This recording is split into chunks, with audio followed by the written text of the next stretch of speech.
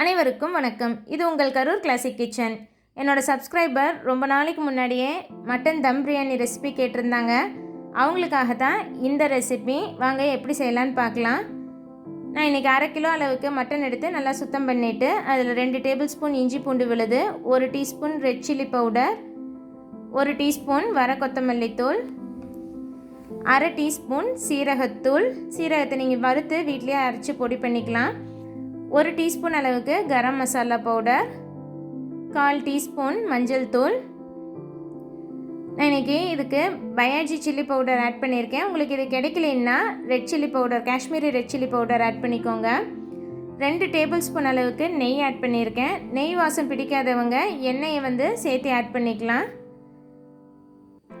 1 table spoon எண்ணெய். நெய் சேர்த்துலேன்னா 3 table spoon எண்ணெயாக சேர்த்திக்கோங்க. 2 பெரிய வெங்காயத்தை எண்ணெயில் பொரித்து ஆட் பண்ணிக்கோங்க. இது கூட ஒரு அரை எலுமிச்சம்பழத்தோட சாறு,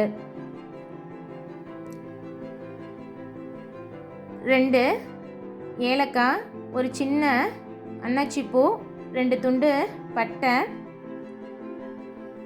200 ml அளவுக்கு தயிர். ஒரு கப்பு மெஷரிங் கப்பில் 3/4 கப் எடுத்திங்கன்னா 200 ml வரும். இந்த மட்டனுக்கு தேவையான அளவுக்கு உப்பு, பொடியாக நறுக்குன கொத்தமல்லி தழை, கூடவே கொஞ்சம் புதினா. இதெல்லாம் நல்லா கலந்து 5 மணி நேரத்துலேருந்து 6 மணி நேரம் போல் இதை மேரினேட் பண்ணி ஃப்ரிட்ஜில் வைக்கணும். இல்லைன்னா நீங்கள் ஓவர் நைட் கூட மேரினேட் பண்ணி வைக்கலாம்.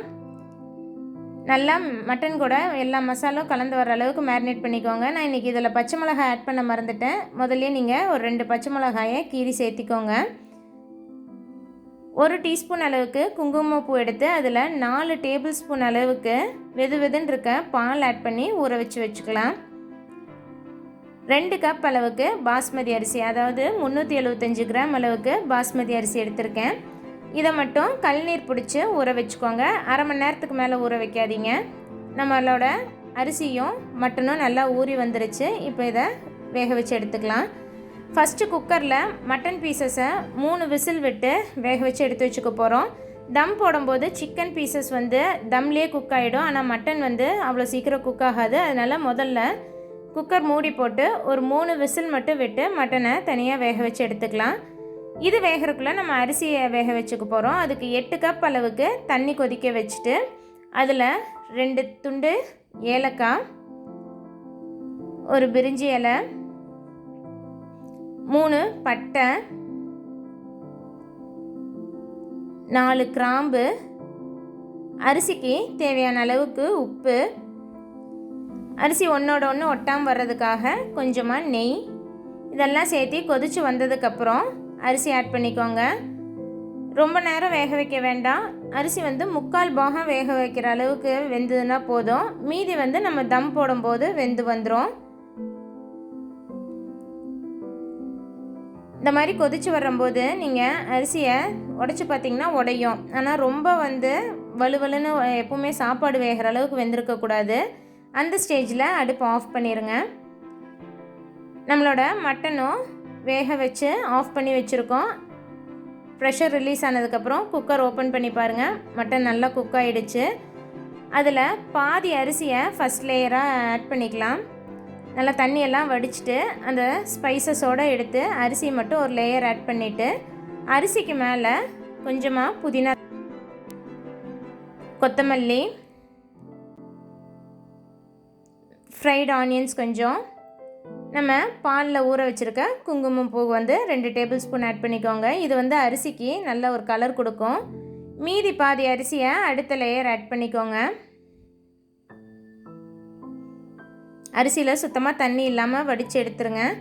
அதுக்கு மேலே புதினாவும் கொத்தமல்லி தலையும் தூவி ஃப்ரை பண்ணி வச்சுருக்க ஆனியன் மீதியும் ஆட் பண்ணிவிட்டு மிச்சம் இருக்க குங்குமப்பூ பாலையும் சேர்த்துடுங்க.